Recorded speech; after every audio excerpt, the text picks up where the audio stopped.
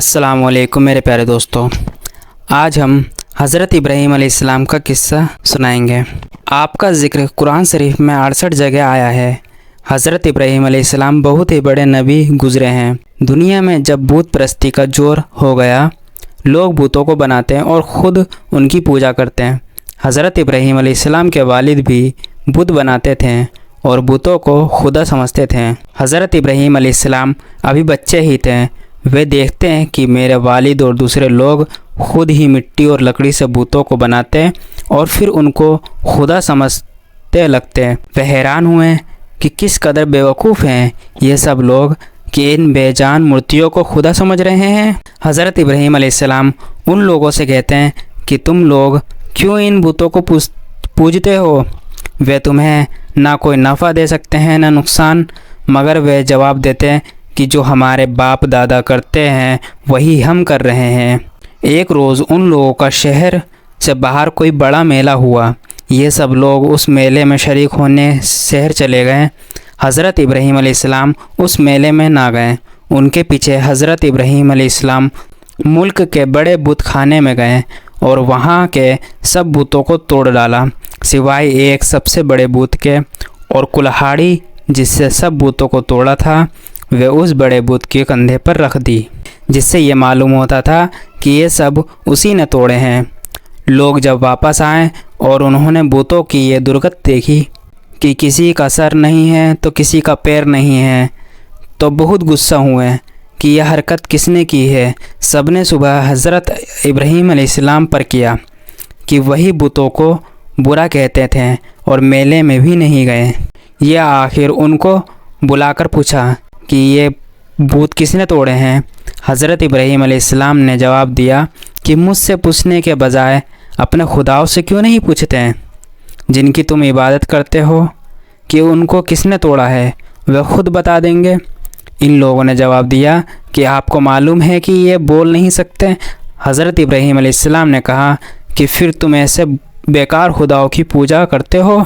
हज़रत इब्राहीम अलैहिस्सलाम ने फिर कहा कि देखो, कुल्हाड़ी बड़े बुत के कंधे पर रखी है, ये काम इसी का मालूम होता है, इससे पूछो। ये लोग बहुत नाराज़ हुए और उनके बाप आज़र से शिकायत की कि तुम्हारा बेटा ऐसी हरकत कर रहा है, इसको समझा लो वरना अच्छा ना होगा।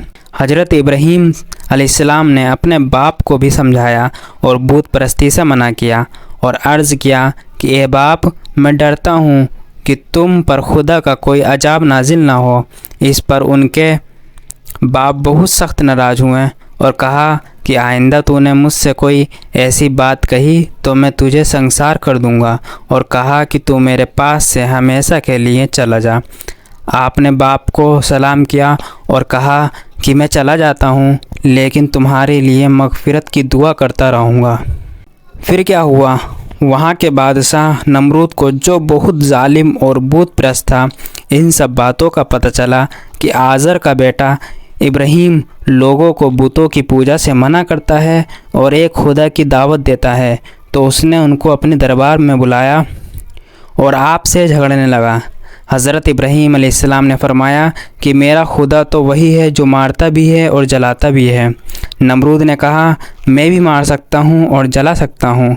चुनाचे उसने एक कैदी को, जिसको सज़ाए मौत का हुक्म हो चुका था, आज़ाद कर दिया और एक बेगुनाह को पकड़कर कत्ल करा दिया और कहा कि अब बताओ, मेरे और तुम्हारे खुदा के दरमियान क्या फ़र्क है?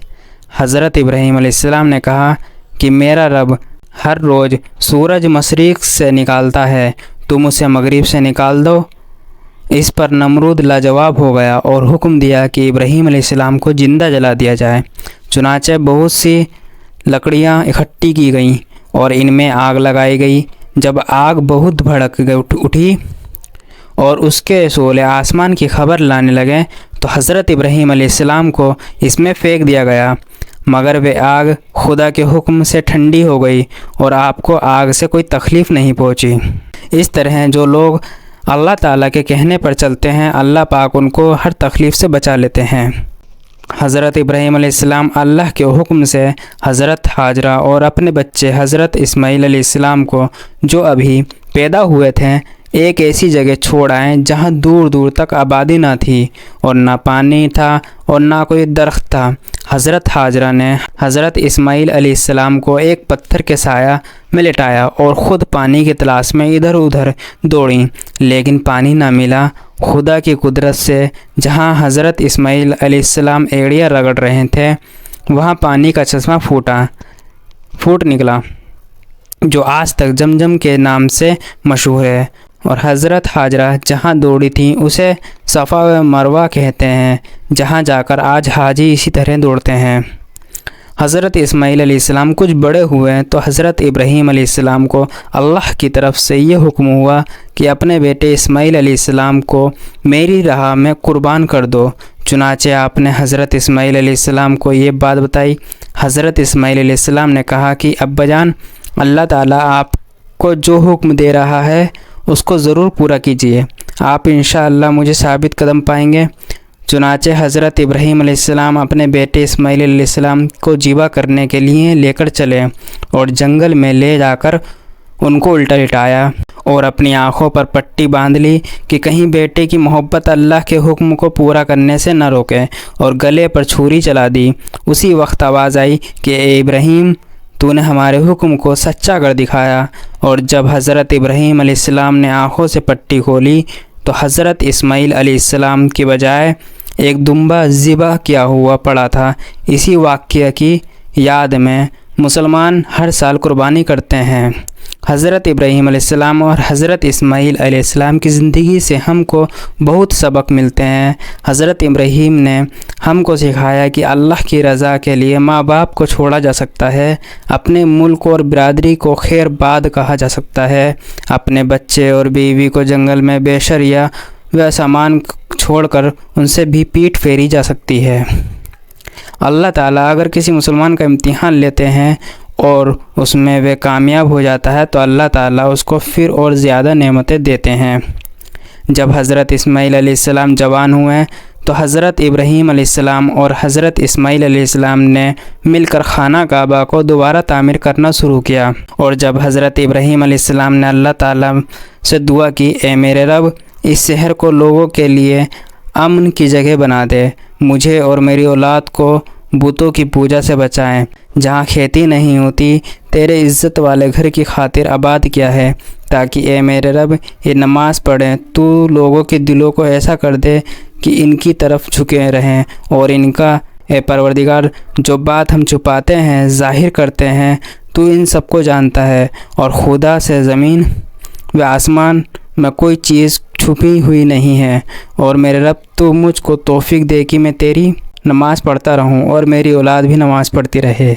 اے میرے رب میری دعا قبول فرما، اے میرے رب حساب کتاب یعنی قیامت کے دن مجھ کو اور میرے ماں باپ کو اور مومنوں کو بخش دے۔ یہ وہی خانہ کعبہ ہے جہاں ساری دنیا سے لاکھوں مسلمان ہر سال حج کرنے آتے ہیں، اور جس کی طرف منہ کر کے ہم سب مسلمان 5 وقت کی نماز ادا کرتے ہیں۔ خدا حافظ۔